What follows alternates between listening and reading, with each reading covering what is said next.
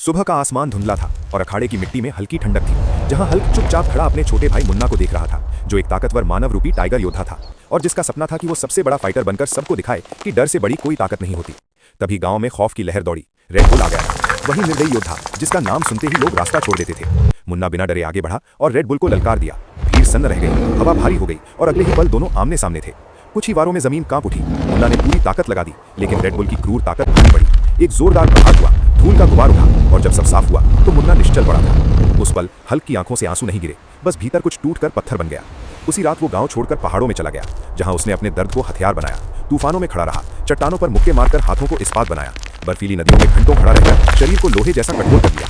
साल बीत गए, लेकिन हर सांस के साथ उसे मुन्ना की आखिरी दहाड़ सुनाई देती रही। एक दिन ऐलान हुआ कि समुद्र के बीच खून से सनी चट्टान पर अंतिम मुकाबला होगा। उफनती लहरों और काले बादलों के बीच रेड बुल आत्मविश्वास से हंस रहा था, लेकिन इस बार उसके सामने हल्क था, शांत, स्थिर और भीतर जलती आग के साथ। लड़ाई शुरू हुई तो हर बार में सालों का दर्द। हल्क गिरा, लेकिन हर बार पहले से ज्यादा मजबूत होकर उठा।